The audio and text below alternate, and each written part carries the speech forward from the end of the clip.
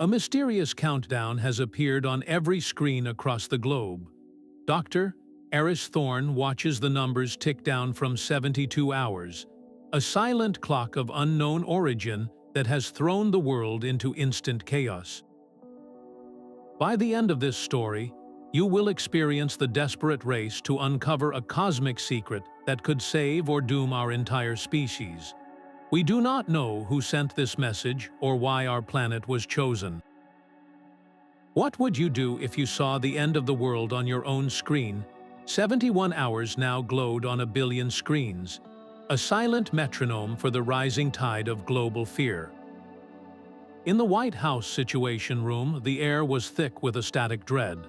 The president, his face etched with a fatigue no sleep could cure, stared at the main display. It showed the same numbers as every phone, every television, every billboard in the world. He turned to his science advisor, Dr. Lena Petrova, her own tablet displaying streams of indecipherable data. "We have traced the signal to its origin," she stated, her voice steady but hollow, and the president leaned forward, his knuckles white on the table. "And it is not a satellite. It is not a hidden military project. It is not anything of this Earth. It is broadcasting from a point just beyond the Moon's orbit, a location that was empty space until this appeared."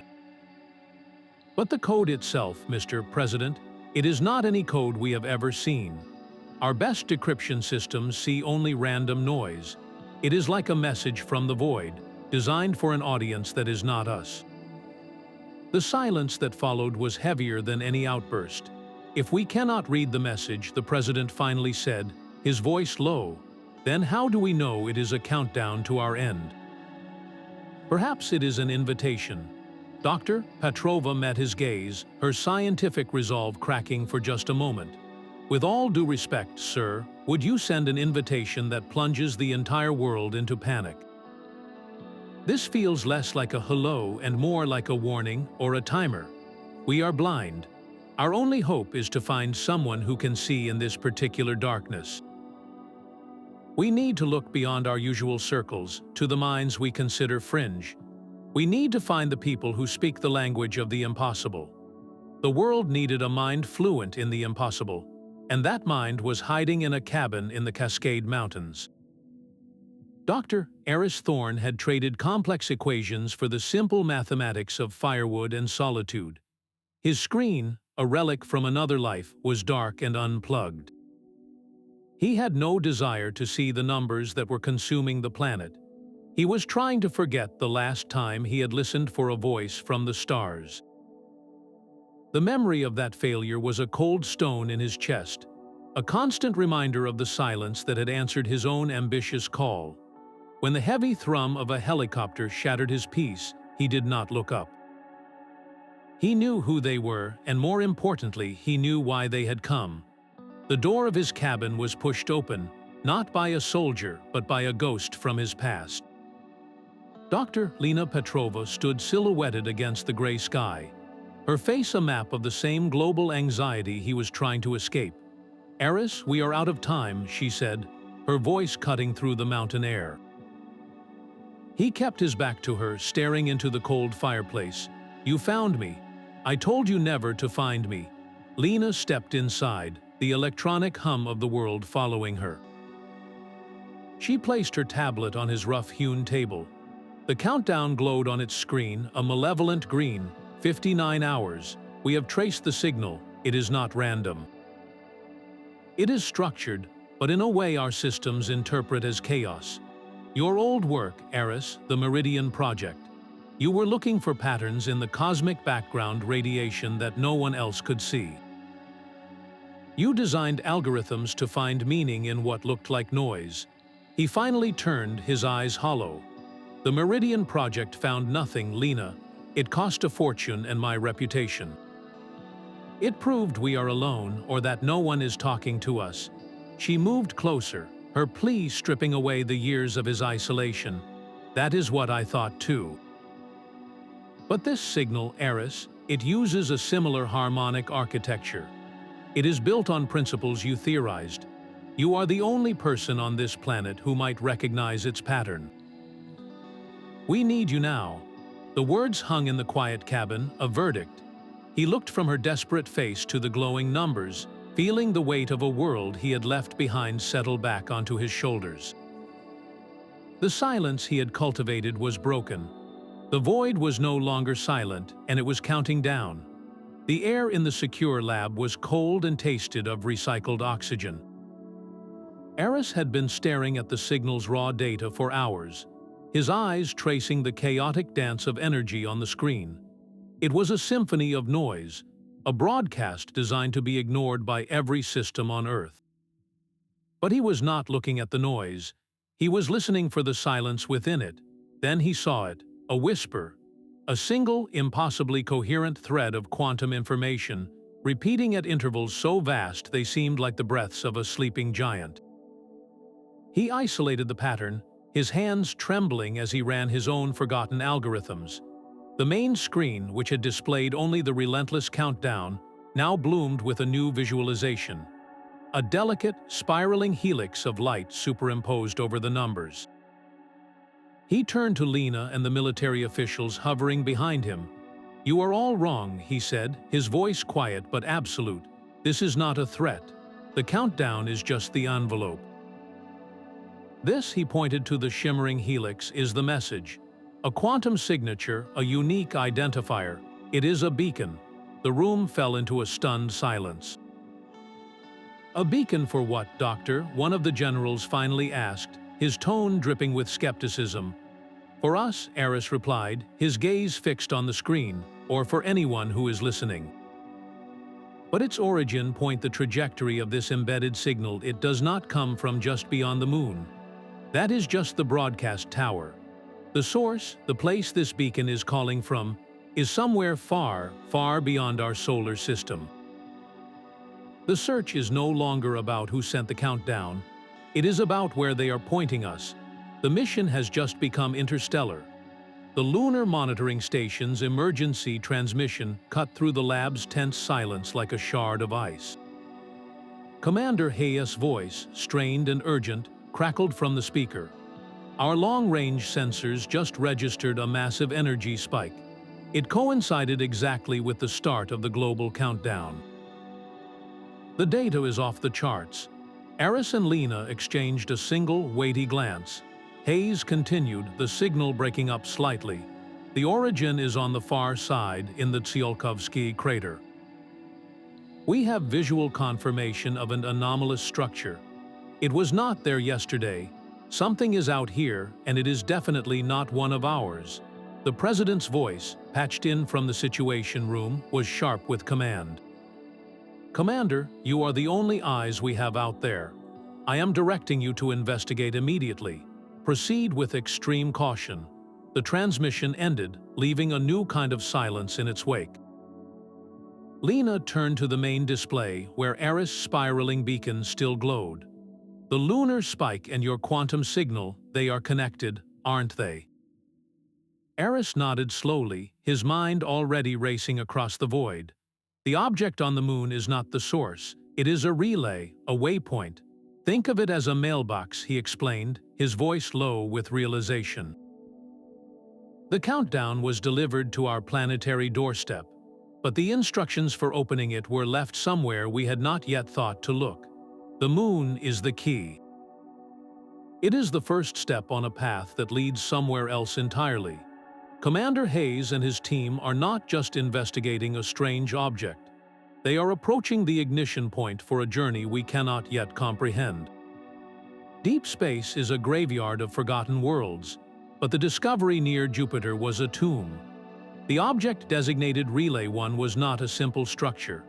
It was a ship, a colossal derelict adrift in the silent expanse, its hull a tapestry of ancient scars and impacts that spoke of a long and violent journey. It was a ghost, and Commander Hayes' team were its first visitors in millennia. Their approach was cautious, their landing craft docking with a silent, waiting airlock that opened not as an invitation, but as a final, gasping breath. Inside, the vessel was a frozen monument. The air was still and cold, the only light coming from the beams of their helmets. illuminating corridors where dust motes hung suspended in perfect stillness for countless years. They found the crew in their resting places, not as remains to be analyzed, but as quiet forms integrated with their stations, their story told by the profound and permanent silence that surrounded them. It was a memorial to a journey that had ended long before humanity had even looked up at the stars. Then, in the heart of the ship, they found the log. The alien console flickered to life under Hayes' careful touch, projecting a stream of complex symbols. Back on Earth, Aris algorithms, already tuned to the quantum beacon's language, began the slow, painstaking work of translation. The data was fragmented, a history torn to pieces, but one message repeated with chilling clarity. It was a final, desperate entry from a long-vanished captain. The words appeared on their screens, stark and simple. "They are coming for the cradle. Flee or be purged." The message hung in the air of the lab, its meaning settling like a physical weight. Lena was the first to speak, her voice barely a whisper, the cradle.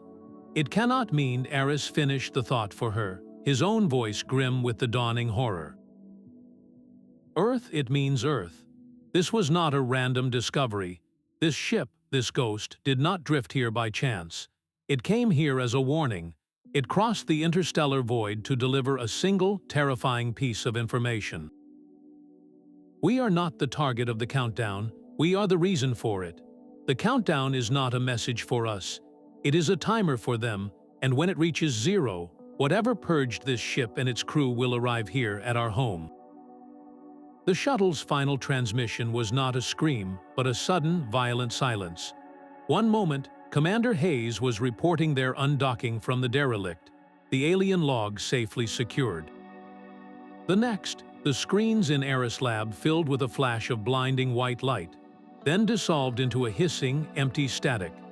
There were no distress calls, no debris patterns, just nothing. Aris stared at the dead screen, the cold truth settling in his bones. "We are not just dealing with a timer," he said, his voice low and hard. "We are being hunted." That ship was a warning we were meant to find, and now we are on their radar. The first death had occurred, a silent sacrifice in the void that changed the entire equation. This was no longer an abstract countdown. It was a culling. In the suffocating quiet that followed, Aris and Lena turned back to the fragments of the alien log. The translated data was a ghost story written in light, the history of a species that had reached for the stars only to find a predator waiting in the dark.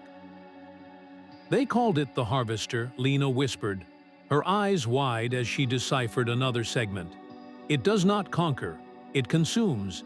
It targets civilizations at the cusp of true interstellar travel, using these countdowns not as a measurement but as a weapon. The panic, the chaos, the societal breakdown it causes, it weakens the prey from within. It makes the final strike so much easier. The logs described a pattern repeated across star systems. A mysterious signal appears, a clock ticks down, and the civilization, gripped by fear, turns on itself. By the time the Harvester itself arrives, its target is already broken. The countdown was never for our benefit. It is a tool for our dismantling, a psychological siege that precedes the physical one. We are not waiting for an end. We are being prepared for a harvest. The revelation of the Harvester's nature left a new kind of silence in its wake, a silence broken by the urgent beeping of a secure data link. A new set of coordinates, these not from deep space, but from the most isolated continent on Earth, flashed on the screen. Lena pulled up the satellite imagery, her brow furrowing at the sight of a massive, man-made structure hidden beneath the Antarctic ice. It was a secret base of staggering scale, one that did not appear on any official map. The official story was a research outpost, but the energy signatures it emitted told a different tale. They were signatures Aris recognized from the derelict ship's logs, signatures of technology not of this world. A secure video conference window snapped open, revealing the stern face of General Marcus Crow. the head of a black-budget project so classified even the president had been kept in the dark until this moment. Dr. Thorne, Dr. Petrova, he began, his voice gravelly with a weight of years. The object you discovered near Jupiter is not the first of its kind. We recovered a smaller craft from a crash site in the Arctic Circle over 6 decades ago. We called it the Vanguard. We have spent every decade since trying to understand it, to build a defense from its secrets.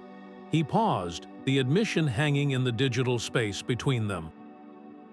We thought we were preparing for an unknown future. But your data, your analysis of the harvester's pattern, it suggests a terrible possibility. The energy we have been experimenting with, the signals we have been sending into the void to test our reverse-engineered systems, we may have been ringing a dinner bell. We thought we were building a shield, but we might have lit a beacon that led them straight to us. The moral landscape of their crisis fractured in an instant. This was not a random cosmic event. Humanity's own secret ambition, its drive to arm itself with stolen power, may have been the very act that doomed it. The countdown was not just a warning of an external threat. It was the consequence of a hidden choice made long ago, a choice that now placed the entire species in the crosshairs. The lights in the laboratory flickered once, then died, plunging the world of data and discovery into an absolute and chilling blackness. Emergency power snapped on a moment later, casting the room in a dim red glow, but the primary servers were offline. The delicate translation of the alien log, the analysis of the quantum beacon, all of it was frozen. A cold dread, far deeper than the fear of the countdown, settled in Aris' stomach. This was not a random failure. Across the facility, shouts of confusion echoed, but Aris was already moving, his path guided by a terrible instinct. He found the source of the sabotage in a sub-level power conduit room, where a figure in a military uniform was methodically dismantling a control board. It was Corporal Evander, a quiet man who had always seemed dedicated to the mission. "Stop," Aris commanded, his voice echoing in the cramped space. "Why would you do this?" Evander did not turn, his hands still working. He spoke calmly as if discussing the weather. "You think you are saving us, Doctor, you are not. You are ringing the dinner bell louder. Every signal you decode, every piece of that alien technology you try to turn on, is another flare in the darkness. We were safe in our ignorance. Now, because you had to listen, we are all on the menu." He finally turned, his eyes hard and resigned. Sometimes the only shield is not knowing there is a spear pointed at your heart. By trying to build a wall, you have shown them exactly where to break it down. This research does not protect us. It dooms us. The only logical defense is to unplug the machine, to go dark, and pray they lose interest. Aris stared, the man's cold logic a more terrifying enemy than any distant harvester. In that moment, the fragile unity of humanity shattered. The fight was no longer just against a clock in the sky. It was a civil war over the very soul of their response, a desperate race to outrun the end, now fractured by those who believed that running was the very thing that would get them caught. The sabotage plunged their efforts into darkness, but the truth had already escaped its cage. Aris stood amidst the wrecked consoles, the corporal's chilling logic echoing in his mind, yet his own thoughts raced in a different direction. He was not looking at the countdown as a clock to destruction, but as a sequence of energy harmonics. He saw it now, a pattern so vast it had been invisible. "It is not a bomb," he whispered, his voice cutting through the panic. "It is a doorway. The countdown is not to an attack, but to the moment a spatial rift stabilizes. We cannot stop the timer, but we might be able to destabilize the opening itself. We can make the door impossible to walk through." This new understanding spread through the fractured chain of command, a spark of strategy in the overwhelming dread. It forced a reluctant, unprecedented alliance. In a secured global conference, voices that had once argued over borders and trade now debated a single, desperate mission. The Chinese premier's voice was the final, sobering word that broke the deadlock. "Our survival now depends on cooperation, not competition," he stated, his image flickering on screens from Washington to Moscow. "We launch the fleet together, or we die alone," and so they did. A ragtag armada, cobbled together from the world's most advanced vessels, powered by reverse-engineered alien drives, pointed its prows toward the void. Their destination was the projected coordinates of the rift, a point of gathering darkness near the orbit of Neptune. Aboard the flagship, Captain Valerius addressed his mixed crew, his voice a steady anchor in the tidal pull of fear. "We go not as nations, but as humanity," he declared. "This is our last stand against the night. Let us show them we are not easy prey." The ships jumped to warp, leaving a silent Earth behind. Their arrival at the Neptune anomaly was not a moment of triumph, but of horrifying realization. The rift was already forming, a swirling vortex of violet and black that seemed to drink the light from space itself. It was not merely a door. Valerius' report crackled back to Earth, strained with sudden understanding. "It is a trap. The rift's energy field is draining our power reserves. Our weapons are useless. We are being lured in. We need a new plan, and we need it now." With the main fleet held at bay by the energy-siphoning vortex, a single, nimble scout ship volunteered for a suicide run. Its mission was to breach the event horizon, to gather a single moment of data from the other side. The pilot's final transmission was a burst of static and a ghost's breath of a voice. "I am reading immense energy buildup, a bridgehead for an invasion fleet. It is massive. Tell Aris the key is in the original signal. Find the key." The scout ship vanished, its sacrifice gifting them a single critical data point. Back on Earth, Aris and Lunar reanalyzed the countdown signal with the scout's dying information.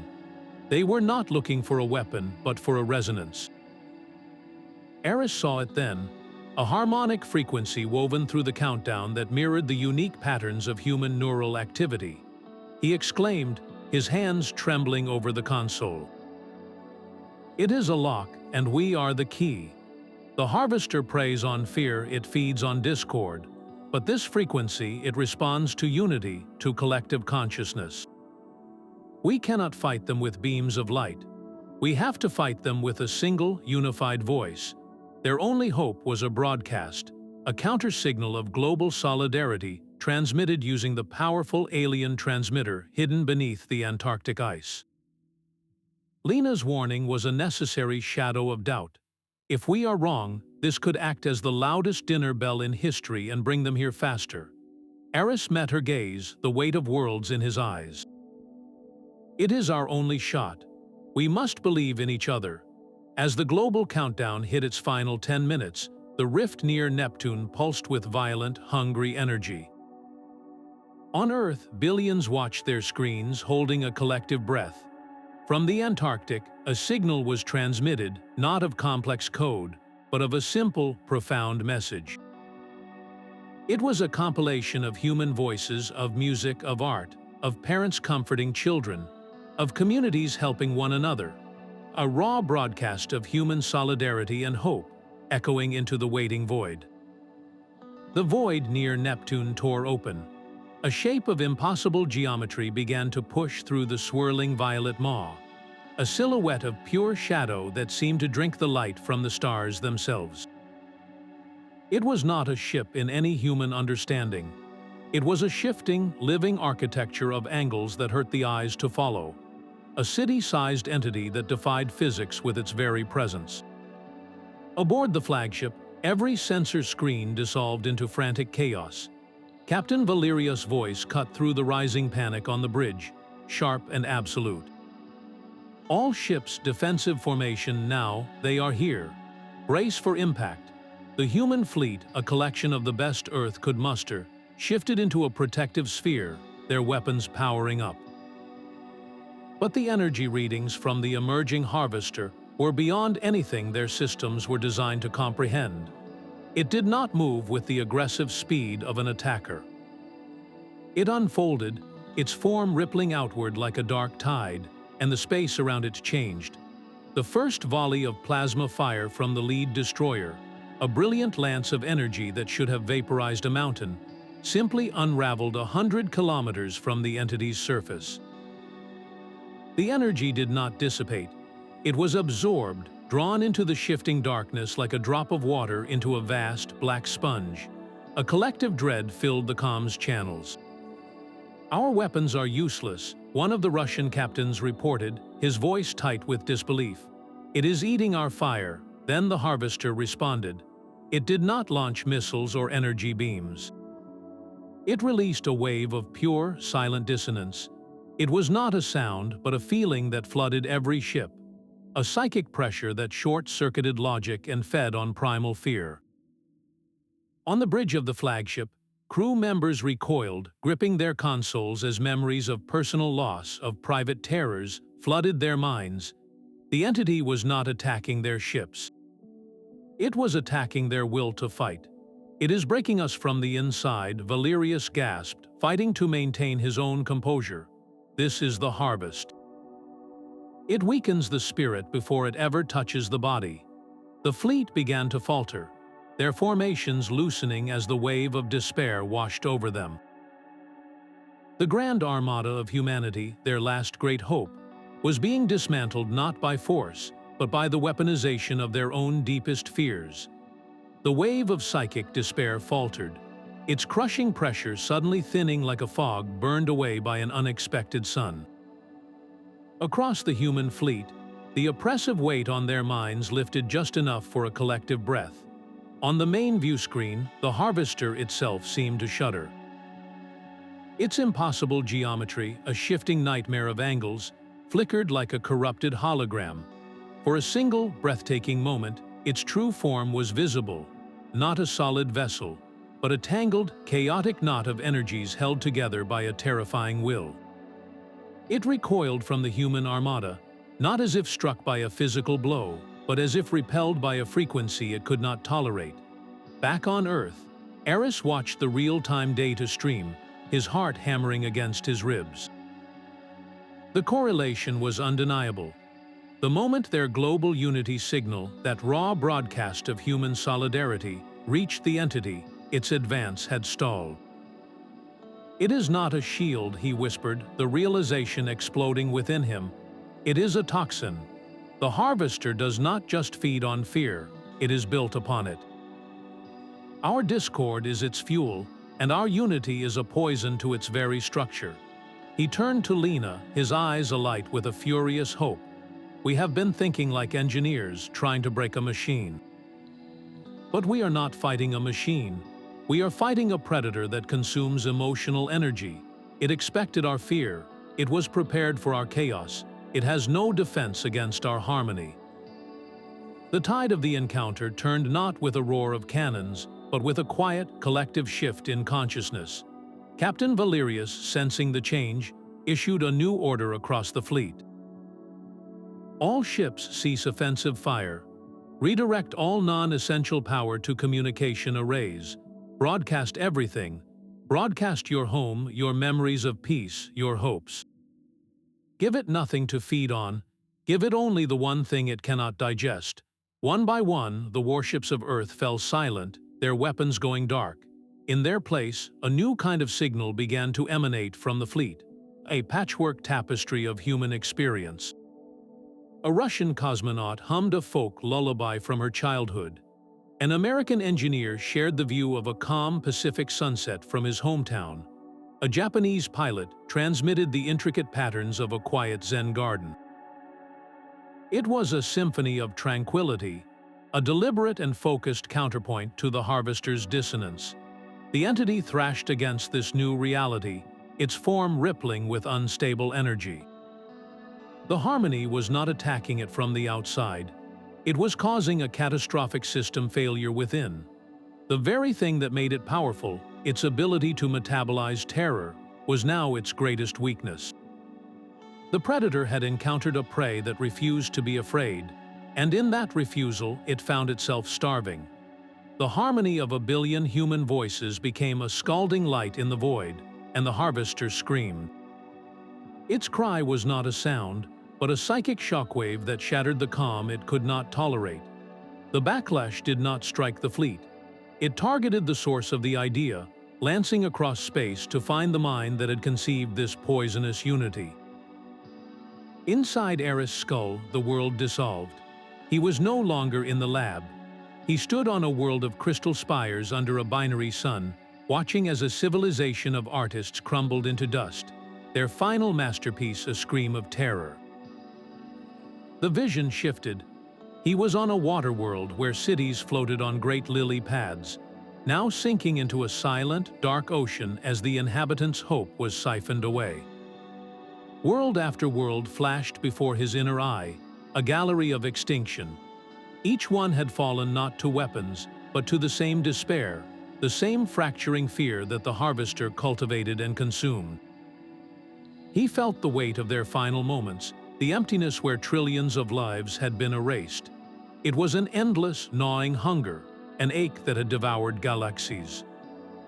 Aris fell to his knees, the collective grief of 1,000,000 years threatening to obliterate his own consciousness. The entity's message was clear: this is the way of things. You are nothing new, you are merely next.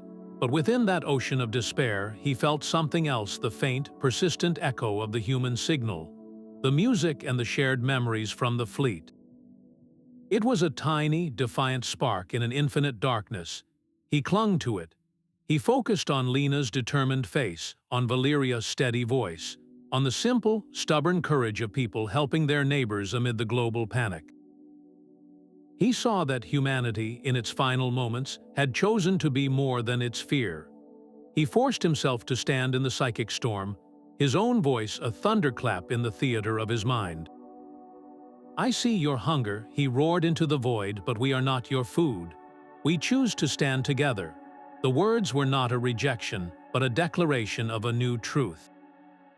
He was not just Aris Thorne anymore. He was a conduit for the collective will of an entire species refusing its assigned role. The endless cycle of consumption shattered against that single, unified thought. The psychic connection snapped. Back in the lab, he gasped, his hands braced on the console. The data screen showed the harvester in its death throes. The entity that fed on fractured souls could not process a meal that had become a single, unbreakable whole. Its own horrific nature, its reason for being, had been turned against it. The harmony was not just a shield. It was the one ingredient it could not digest, and now it was tearing itself apart from the inside. The fleet's weapons systems, once useless against the harvester's core, now pivoted with perfect synchronization. Every ship redirected its immense power not toward the entity itself, but toward the edges of the violet rift, the very doorway through which the Predator had entered their reality. The combined energy output created a searing ring of white-hot force, a cosmic welder's torch aimed at the seams of space and time. Captain Valeria's voice was a calm anchor in the storm of effort. All power to the containment field. We are not fighting it. We are evicting it. Back on Earth, the global unity signal reached its crescendo. 1 billion individual threads of hope and solidarity woven into a single, unbreakable cord of intent. The data stream on Aris console showed a direct correlation. As the signal's amplitude peaked, the rift's stability metrics went into freefall. The harvester, trapped between the physical pressure on the gateway and the psychic poison of human unity, began to convulse, its dark form flickering violently. Then came Lena's voice, sharp with triumphant disbelief over the calm. The structural integrity is failing. The quantum signatures are unraveling. The harvester is being pulled back in.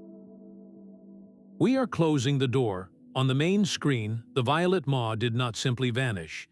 It collapsed in on itself with a terrible, silent finality, like a star succumbing to its own gravity. The last glimpse of the shifting, impossible geometry was a fleeting silhouette against the violent implosion, before it was swallowed by the ensuing darkness. The space where the rift had been was now just empty void, the stars behind it shining once more, undisturbed. The victory was not marked by cheers, but by a profound, shared silence. They had not destroyed the enemy with brute force. They had rendered its very existence in their reality impossible.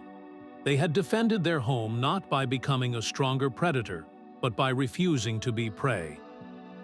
The door was closed, but everyone knew a fundamental truth had been revealed. The universe was far stranger and more dangerous than they had ever dreamed, and humanity had just passed its first true test. The silence that followed the rift's collapse was profound, a collective breath held by an entire planet. It was a fragile peace, bought with unity and paid for with a new understanding of the cosmos. But the defeated predator had one last venom to spit. From the dissipating energy where the rift had been, a final, concentrated lance of psychic malice shot back toward Earth. It was not an attack of force, but of pure, distilled despair. A weapon designed to shatter the global harmony that had just saved them, to leave a permanent scar of terror on the human spirit. Aris saw it coming on the deep space monitors, a ripple of corrosive darkness moving at the speed of thought. They have lost, but they want to make sure we remember the fear. He slammed his hand on the comlink to the Antarctic base. Lena, the transmitter, redirect its entire output to a narrow defensive band. You have to catch that signal. In the ice-buried control room, Lena's hands flew across the console. She understood instantly. They could not block the shockwave, but they could earth it, like a lightning rod channeling a strike into the ground. She rerouted the massive alien power source, turning the device that had broadcast their hope into a psychic shield. The energy readings soared into the red, the entire structure groaning around her. The shockwave hit. For a moment, the entire planet felt a whisper of infinite cold, a ghost of the despair that had consumed other worlds. But the Antarctic transmitter flared with incandescent light, absorbing the horrific energy, taking the full brunt of the blow into its own core. The delicate alien machinery, pushed far beyond its limits, could not contain the fury. It overloaded in a silent, brilliant flash that vaporized the entire base and a square mile of the ice shelf above it, a sacrificial firework against the twilight. The psychic pressure vanished. The whisper of despair was gone. On the surface, all that was left was a newly formed, steaming crater in the ice, a silent memorial to the final cost of their survival. The weapon meant to break their spirit had been met with a sacrifice that only strengthened their resolve. The door was closed, the hunter was gone, and humanity was left alone in the quiet, forever changed. The screens went blank. Across the planet, the countdown that had defined reality for days simply vanished, leaving behind a billion reflections of stunned, weary faces. The silence it left was louder than any alarm. From the flagship, Captain Valerius' voice was a soft, steady anchor in the sudden quiet. It is over. The threat is gone. We did it, together. For the first time since the numbers appeared, a collective breath was released. A wave of hard-won peace washing over a world that had forgotten what it felt like. On the bridge, a young communications officer began to cry, not from sorrow, but from the sheer, overwhelming weight of relief. The Armada hung in the void near Neptune, no longer a battle fleet but a constellation of quiet witnesses, their crews embracing, their shared trauma forging a bond deeper than any nationality. Down on Earth, people emerged from their homes looking up at a sky that was once again just a sky, not a window to impending doom. The fear did not disappear, but it was now layered with something new, something fragile and profound. A global memory of choosing to stand as one. This was not a return to the world they had known. That world was gone. This was the first, quiet morning of something else entirely. Peace was a fragile vessel, and the silence it carried was filled with a new kind of static. In the deep space monitoring stations, the focus shifted from tracking a threat to mapping the scar tissue it had left behind. Scans of the void near Neptune revealed a lingering, anomalous energy signature, a faint scar in the fabric of space. It was not the rift itself, but something it had left behind, a tiny, impossibly dense object tumbling through the vacuum. A recovery team retrieved it with the delicacy of handling a live bomb. It was a data crystal, its structure unlike any mineral known to science, pulsing with a soft, internal light. It was the only physical remnant of the entity that had nearly ended them. Aris, his mind still echoing with the ghosts of a million worlds, took custody of the crystal.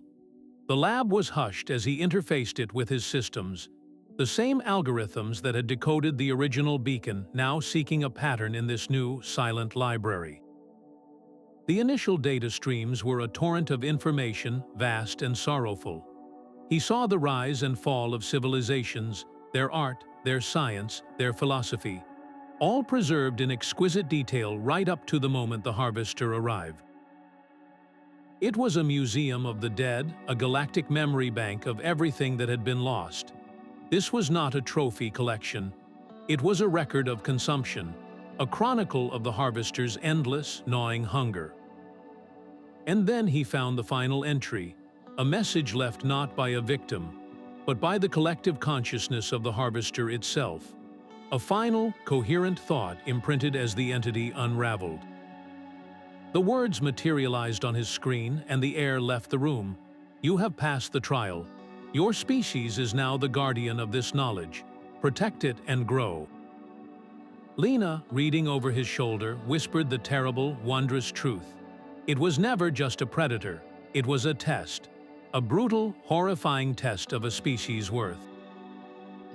The countdown, the fear, the psychic assault, all of it was a forge, and we were the metal being hammered.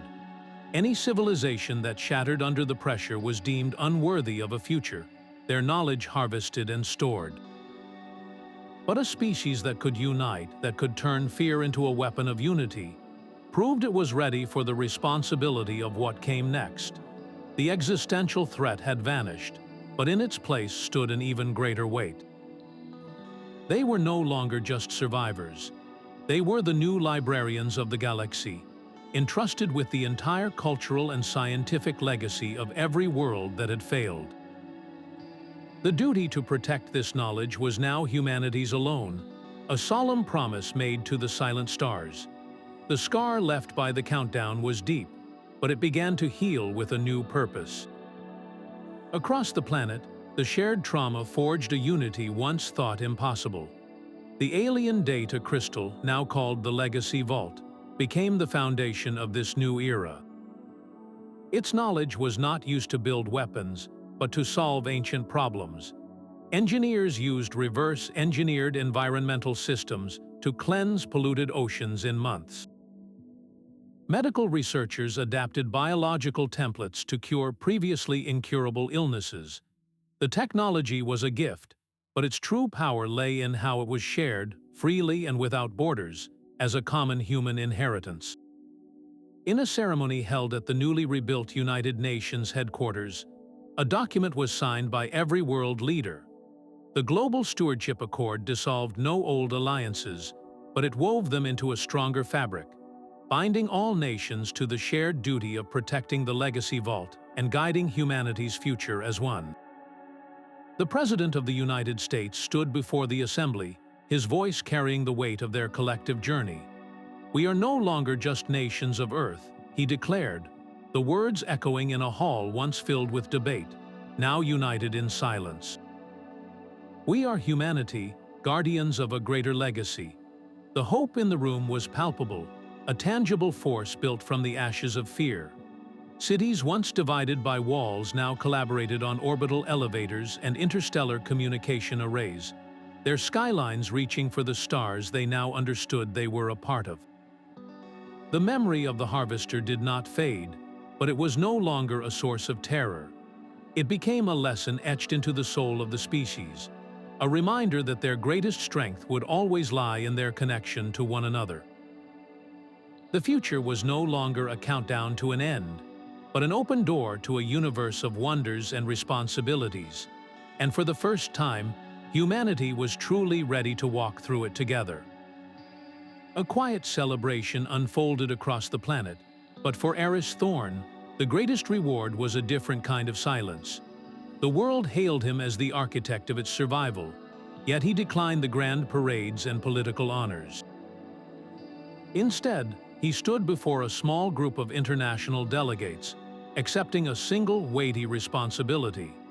He would lead the newly formed Institute for Cosmic Understanding, an organization dedicated to studying the legacy vault and guiding humanity's first steps into a wider galactic community.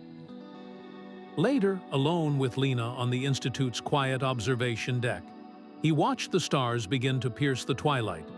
"I spent my entire career listening for a voice in the dark," he said, his gaze fixed on the emerging constellations. "And when I heard only silence, I called it a failure and ran away.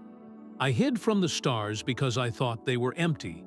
He turned to her, a profound peace in his eyes that had not been there before. "But now I see the truth. They are not to be feared but understood. That silence was never empty. It was just waiting for us to be ready to listen. Our journey, Lena, is only just beginning." In that moment, the recluse who had fled to the mountains was gone, replaced by a guide for the future. A man who had finally found his answer not in the stars themselves, but in humanity's reflection upon them.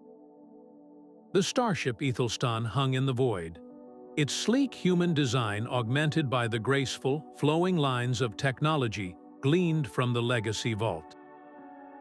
It was the first vessel built not for war, but for a simple, profound handshake across the light years.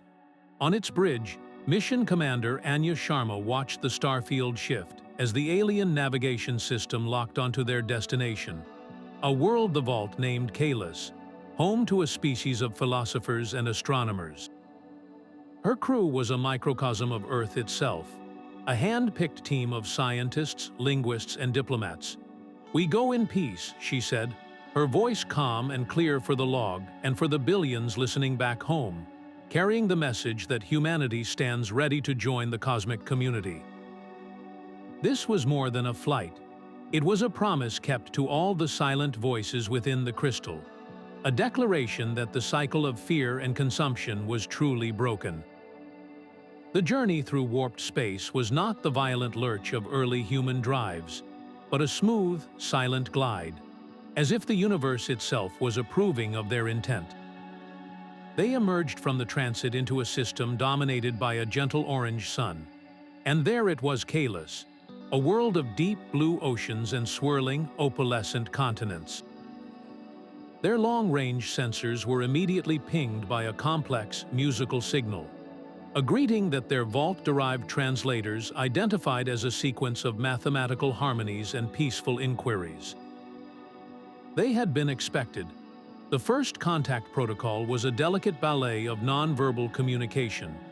The Kalans, as they called themselves, were graceful, amphibious beings who communicated through a combination of soft, melodic vocalizations and intricate patterns of bioluminescent light that played across their skin. There was no suspicion in their greeting, only a deep, patient curiosity.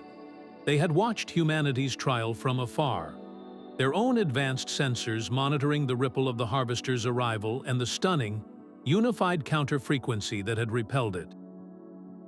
They were not meeting a primitive species, but a people who had earned their place.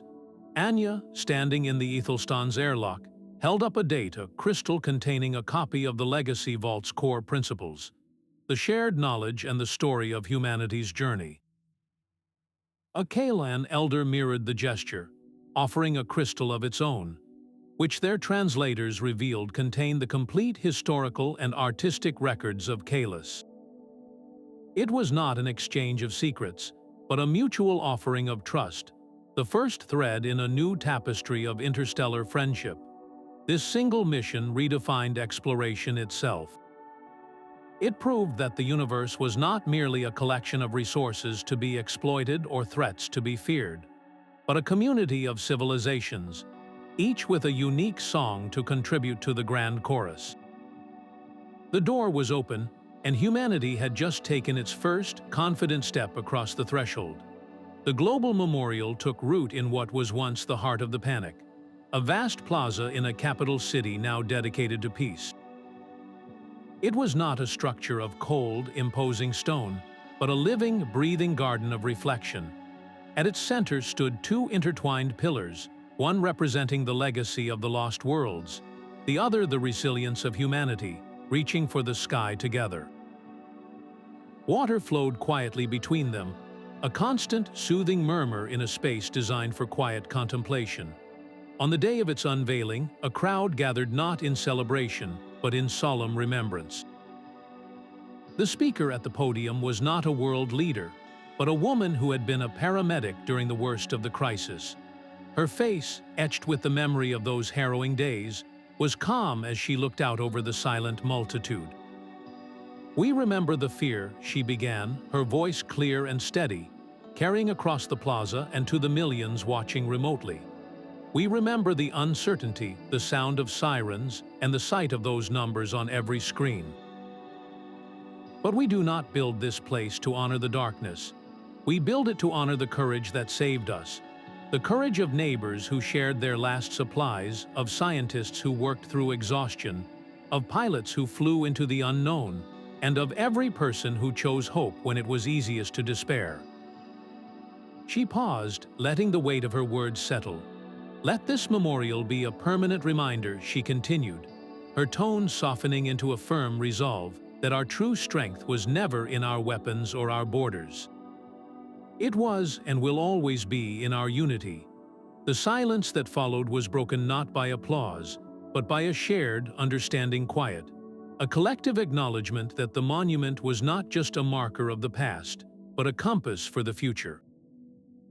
The Deep Space Monitoring Network became the planet's new nervous system, a web of listening posts strung from lunar orbit to the quiet Lagrange points beyond Mars.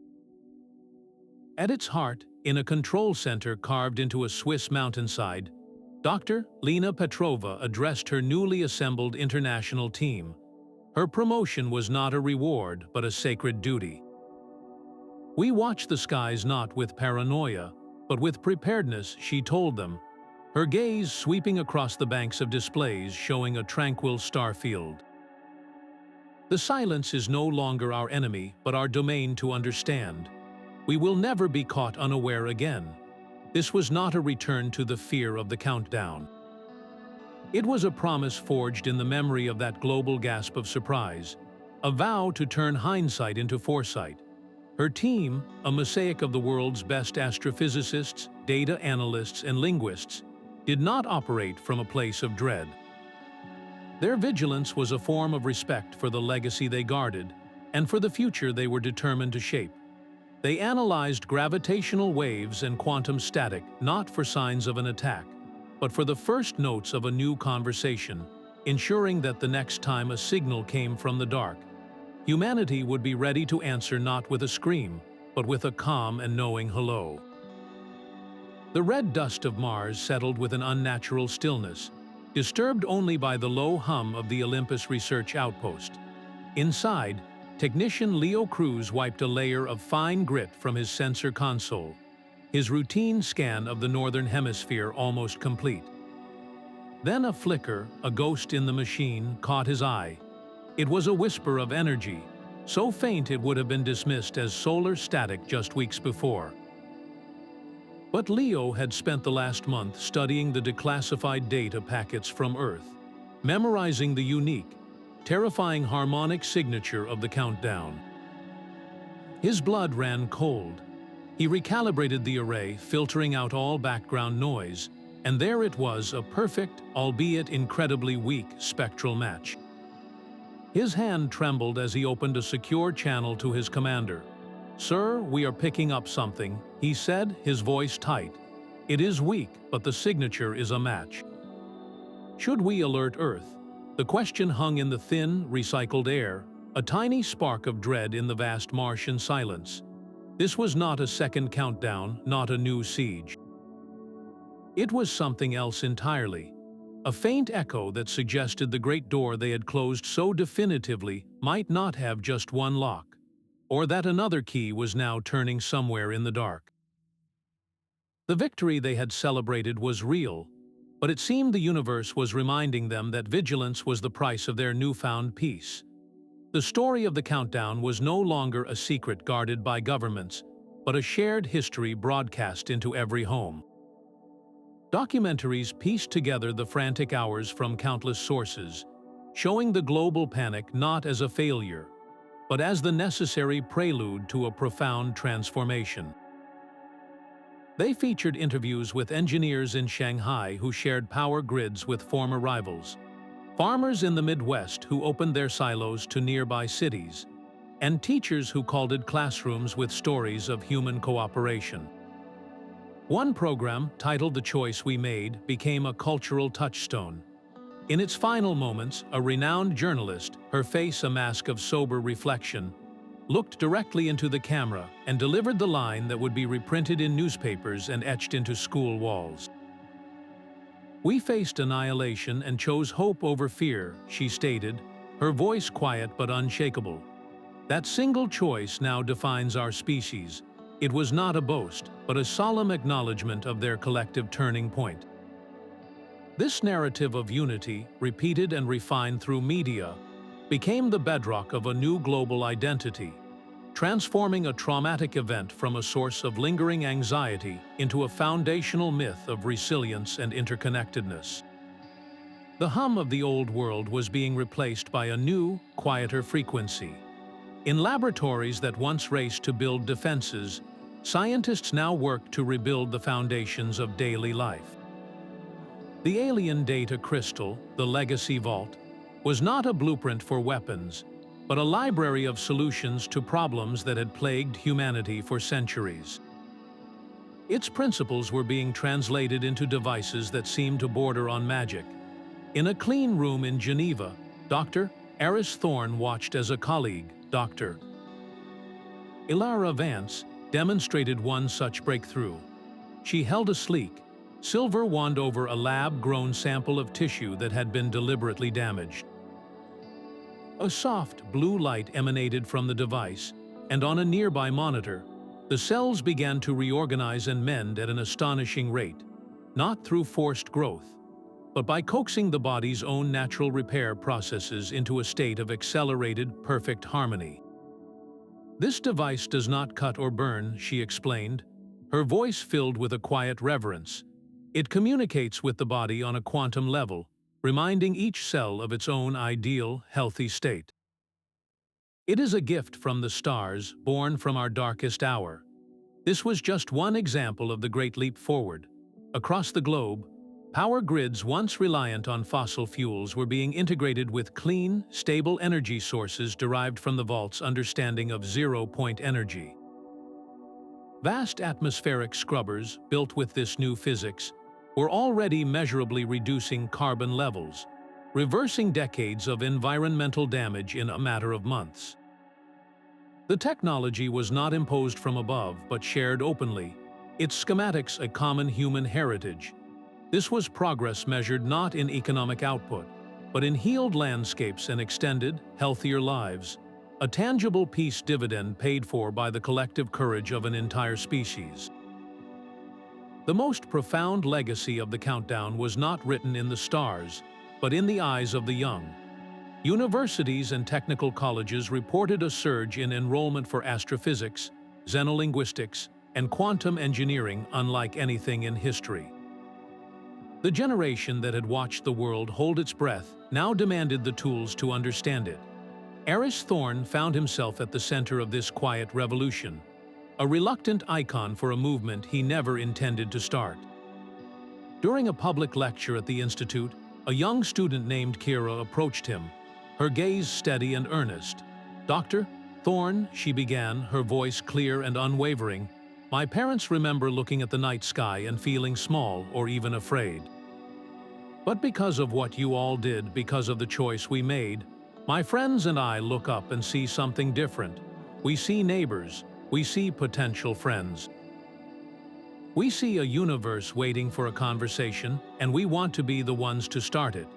We want to be the next explorers." Her words settled in the hall, a simple statement that carried the weight of a new epoch. This was not a fleeting interest. It was a fundamental shift in perspective, a generational inheritance of courage and curiosity. The trauma of the crisis had been metabolized into a driving purpose. In classrooms from Nairobi to Oslo, children no longer drew pictures of invading aliens, but of handshakes between human and Kalan ships. They built models of the Ethelstan for science fairs. Their projects focused on communication arrays and ecological life support, not weapon systems. The Great Fear had been transformed into an even greater ambition, not to conquer the cosmos, but to belong to it. This youth movement, global and interconnected, ensured that the hard-won unity would not fade with memory. They were the living promise that humanity's next great chapter would be written with open hands, not clenched fists. Their curiosity, a permanent counter-signal to the silence they had once mistaken for emptiness.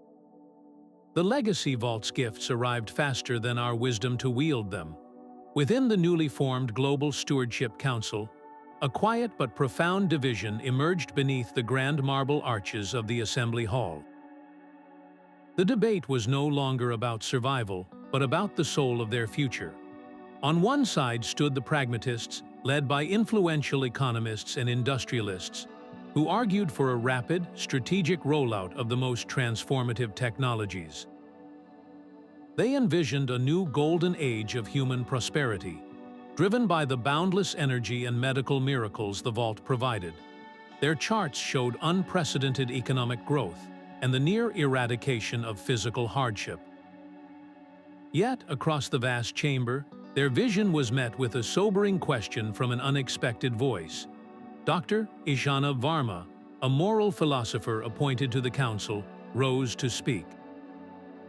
Her voice was calm, but it carried a weight that stilled the room. "We stand at the most significant crossroads in human history," she began, her gaze sweeping across the delegates. "The power we now hold is not merely technological. It is civilizational. With great power comes great responsibility. A responsibility to ensure this alien wisdom elevates all of humanity, not just a privileged few." She paused, letting the ancient adage settle into a modern, interstellar context. If we use these advancements solely to create greater efficiency and wealth, we risk building a new kind of divide, one not of borders, but of biological and cognitive capability. The healer that can erase cancer, the cognitive enhancer that triples learning speed. Do these become commodities for the highest bidder, or do they become the birthright of every child born on this planet? Her argument sparked a global conversation that filtered down to kitchen tables and community centers. People began to ask what progress truly meant. Was it about building taller skyscrapers, or was it about ensuring no one slept on the streets beneath them? The Kalan data crystal offered a poignant example. It contained records of a civilization that had mastered material abundance, only to collapse from profound social ennui and a loss of collective purpose. Their history was a warning that technology alone could not cultivate a society worth preserving. The Council's deliberations grew more nuanced. They established the principle of universal elevation, a guiding tenet that any major application of legacy technology must demonstrably benefit the least advantaged first. This was not simple charity. It was a strategic investment in global stability and shared creativity. The first great test was the cellular regenerator. Instead of selling it to the highest bidders, the first units were sent to remote clinics and refugee camps, healing birth defects and reversing degenerative diseases for people who had never seen a doctor. The global economic models shuddered, then adapted. A healthier, more educated population, it turned out, was the most powerful economic engine of all. This ongoing ethical dialogue became humanity's newest shield, a conscious check on the intoxicating power they now held. The lesson of the Harvester was not just about external threats, but about the internal ones: the arrogance, the greed, the isolation that could fester in the heart of any civilization granted too much, too soon.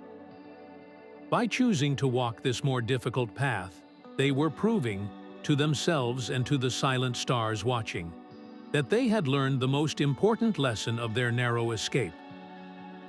True strength is not just the power to change the world, but the wisdom to change it together. The world held its breath as the first transmission from the extrasolar colony arrived.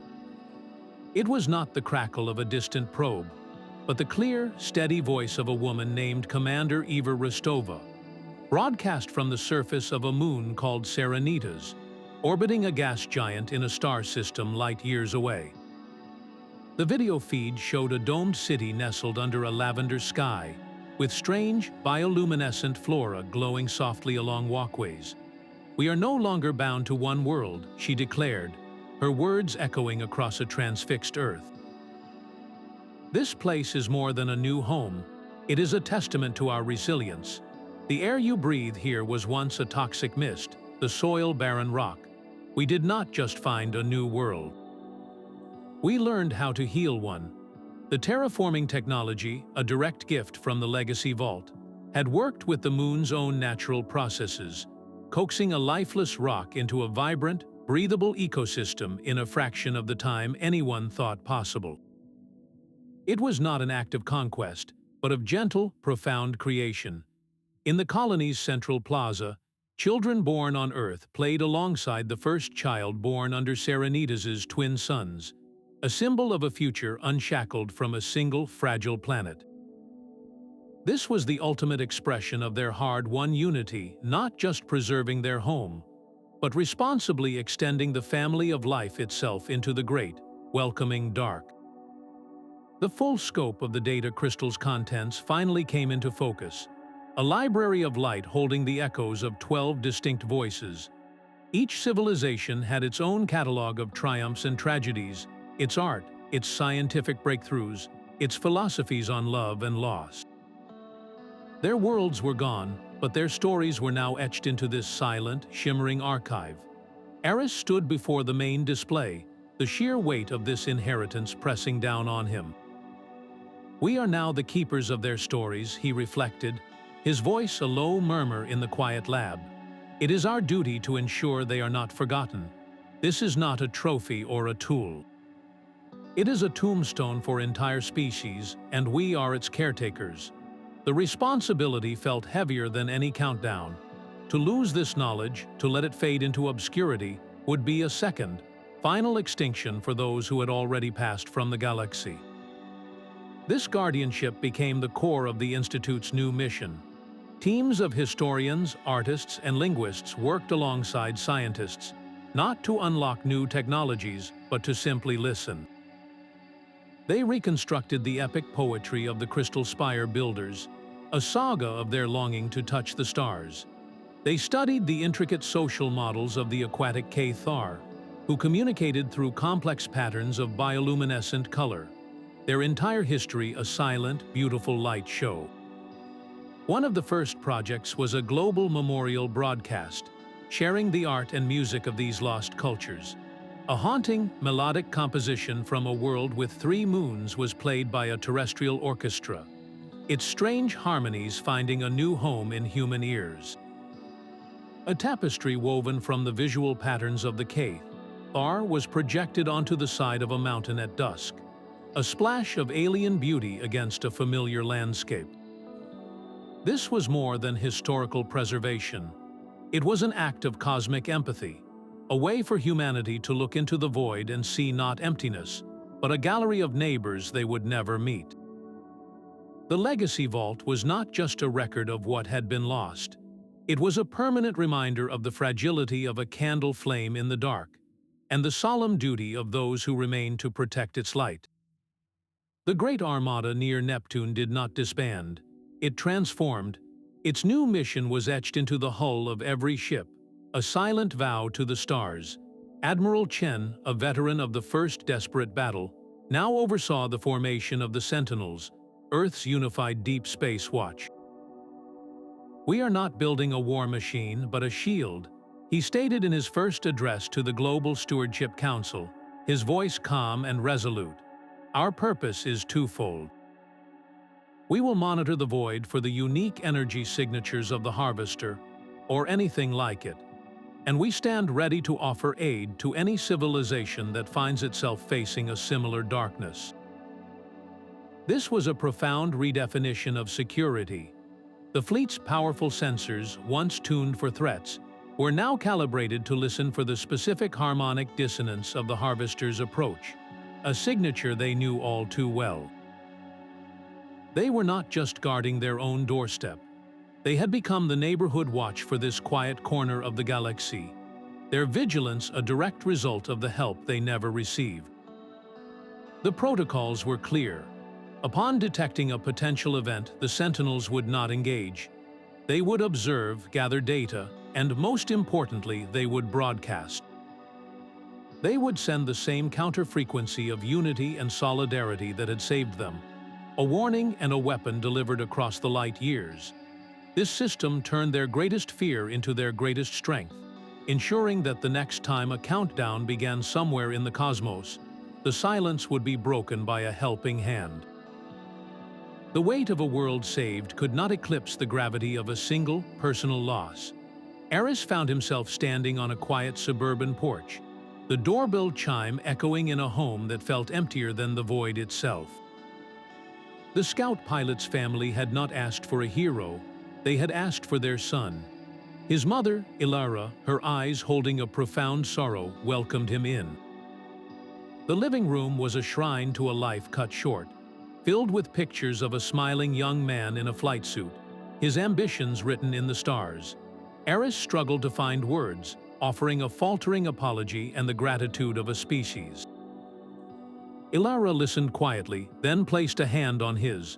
"Do not apologize, Dr. Thorne," she said, her voice steady despite the tears glistening in her eyes. "My son, Kalan, he believed in something greater than himself. He always looked up and saw not just planets, but potential. Your work, your discovery, it gave his sacrifice meaning. It was not a death in vain. It was a choice that helped secure a future." In that quiet room, the grand cosmic struggle became heartbreakingly human. The victory against the Harvester was not just a story of signals and rifts. It was built on the foundation of individual courage, on the willingness of ordinary people to pay an extraordinary price for a tomorrow they would never see. This quiet act of condolence and the grace he received in return became a more humbling responsibility than any data crystal. A permanent reminder that their hard-won peace was written in the names of the fallen. A new kind of creativity began to bloom from the soil of shared experience. The global trauma of the countdown did not just forge political unity, it ignited a cultural renaissance that swept across the planet. Artists, musicians, and writers who had once chronicled division now found their greatest inspiration in the story of how humanity chose itself. Their work became a living monument, more powerful than any stone or steel, translating a moment of collective panic into a permanent song of solidarity.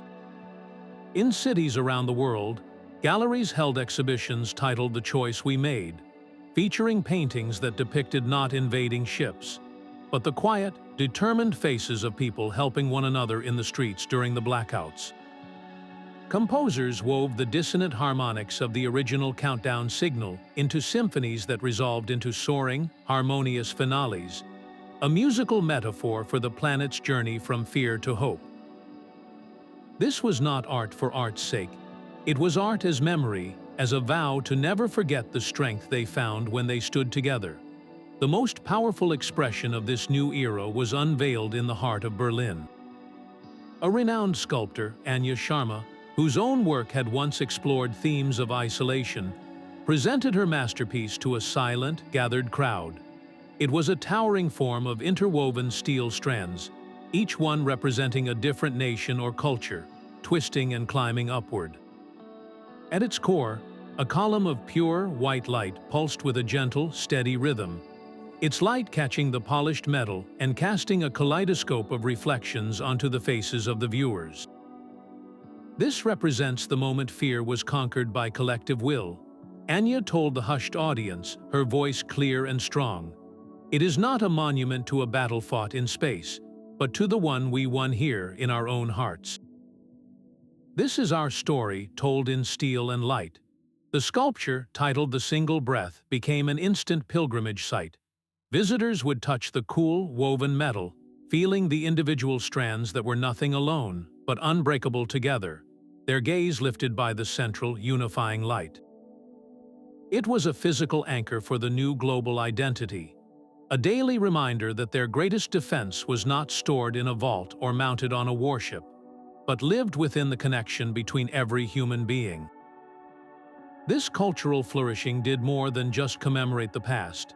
It actively shaped the future, ensuring that the lesson of unity was passed down not as a dry historical fact, but as a feeling, a melody, a story written in a language every heart could understand.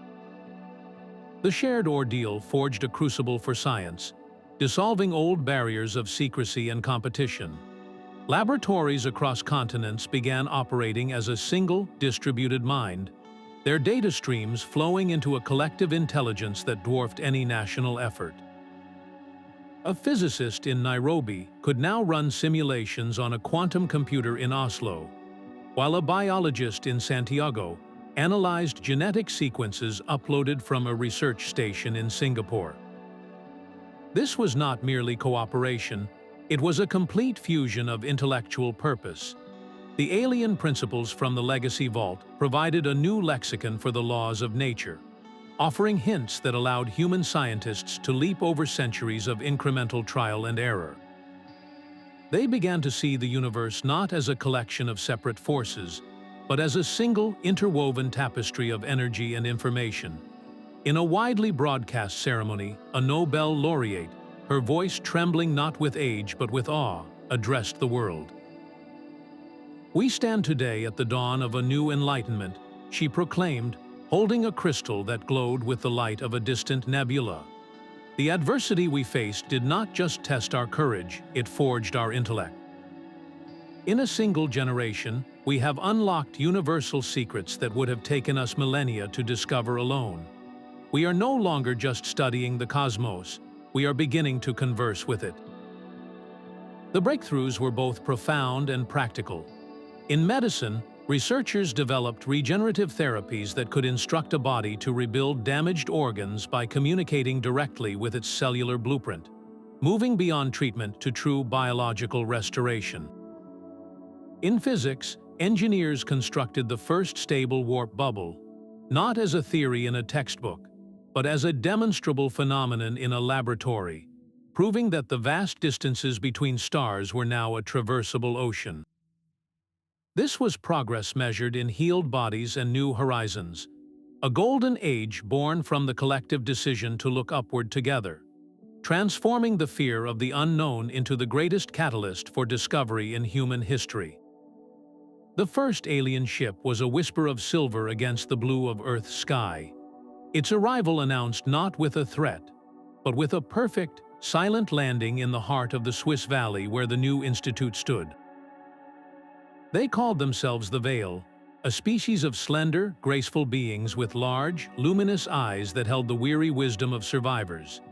Their ambassador, Thar, stood before the Global Stewardship Council, and when it spoke, its voice was a soft, melodic translation that filled the chamber. "We heard your unity signal," it began, the words resonating with a profound and shared understanding. The great dissonance, and then the sudden, beautiful harmony that silenced it. "We have listened for such a sound for generations. You are not alone in this galaxy. Like you, we faced the darkness and endured. We offer you our friendship and our alliance." The revelation sent a new kind of shockwave across the planet, one of wonder and profound relief. The Vale shared their own story, a history of a world that had nearly torn itself apart in fear when their countdown appeared, only to find strength in their global family structures at the final, desperate hour. They had survived their trial, but had believed themselves to be the only ones, living in a quiet, isolated vigilance for centuries until humanity's broadcast pierced the silence. This first formal contact redefined everything. The narrative was no longer just about humanity's survival, but about its place in a hidden community of survivors. The galaxy was not an empty, predatory wasteland. It was a landscape dotted with other lights that had refused to be extinguished, each one having passed the same terrible test. The Vale alliance was not merely a political agreement, but a merging of legacies. They, too, possessed a fragment of the Great Record, a data crystal containing the knowledge of 3 other civilizations that had fallen. Together, the combined archives painted a clearer, more heartbreaking map of the Harvester's path, but also a stronger network of shared memory and mutual protection. The arrival of the Vale meant that Earth was no longer a solitary guardian. They had become part of a quiet, steadfast fellowship, a chain of lights in the cosmic dark, each one a testament to the enduring power of unity. A deeper layer of the alien crystal yielded its secret not to a machine, but to a quiet resonance within Aris himself. He had been cross-referencing the vast histories when a specific data cluster, seemingly inert, responded to the unique neural frequency his mind had been imprinted with during the psychic assault. It unfolded for him alone, a personal log from a being who called itself Ilara of the First Fall. Her image was not a picture, but a feeling of immense sorrow and resolve. Her final message was not a history, but a warning that redefined their entire victory. "You have passed the trial," her voice echoed in his mind, a whisper across 1 billion years. "You have proven your unity, your right to the legacy we leave behind. But the harvesters you faced were merely the vanguard, the scouts and cultivators for a far greater darkness that dwells in the void. It is a presence that consumes not worlds, but the very fabric of reality itself, a force for which the silence between stars is not emptiness, but a hunting ground. Your test is past, but the true trial awaits." The weight of this new knowledge settled upon Aris, not as a crushing dread, but as a solemn and staggering responsibility. Their hard-won peace was not the end of the story, but a brief moment of calm before a storm of cosmic scale. The victory over the Harvester was not a final answer, but the final question of a much larger examination.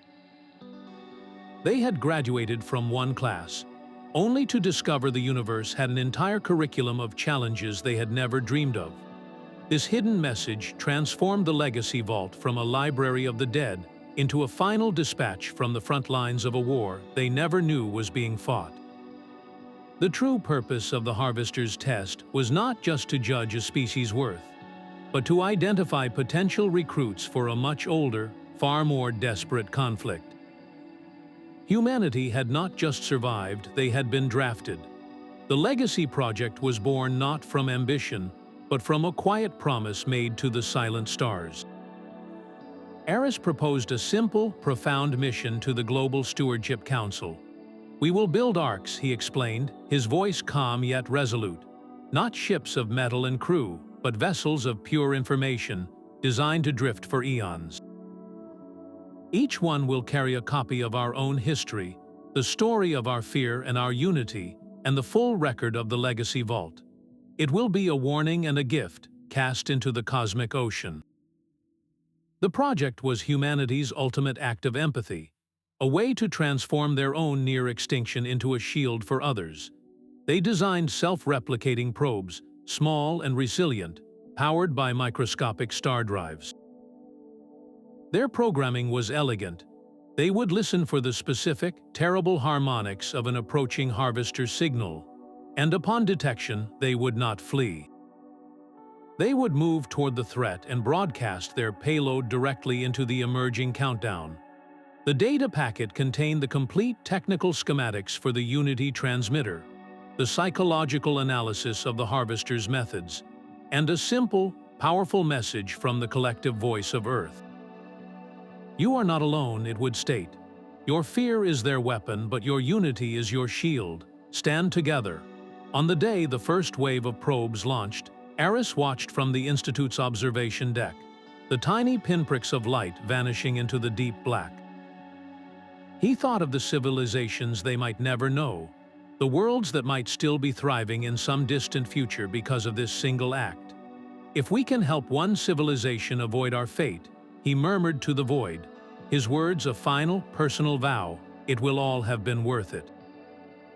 Our legacy is not in the technology we mastered or the worlds we might conquer. Our legacy is hope, With that final transmission sent, the man who had decoded the end of the world found his own mission complete. His life's work now echoing outward as a quiet, persistent counter-melody to the silence. The quiet hum of the observatory was the only sound, a gentle companion to the silent dance of stars beyond the massive window. Aris Thorne stood before that infinite vista, the memory of global panic feeling like a distant, faded dream. He saw not the cold, empty void that had once terrified him, but a tapestry woven with the light of other survivors, other stories, other guardians of fragile flames in the immense dark. The journey had reshaped not just the world, but the human soul itself. The countdown began in fear, but it ended in unity. He whispered to the night, his breath misting the cool glass. We did not know why it started, but we now know why we survived. To protect, to explore, and to hope. His reflection in the window superimposed his tired, peaceful face over the swirling galaxy beyond, a perfect image of a species that had finally found its place.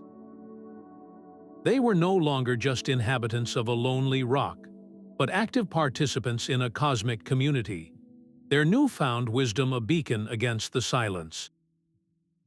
Our story is just one chapter in a vast cosmic tale, and we are ready to write the next. The words hung in the air not as an ending, but as a quiet promise to the future, a single, unified voice ready to greet whatever wonders or challenges the universe held in trust.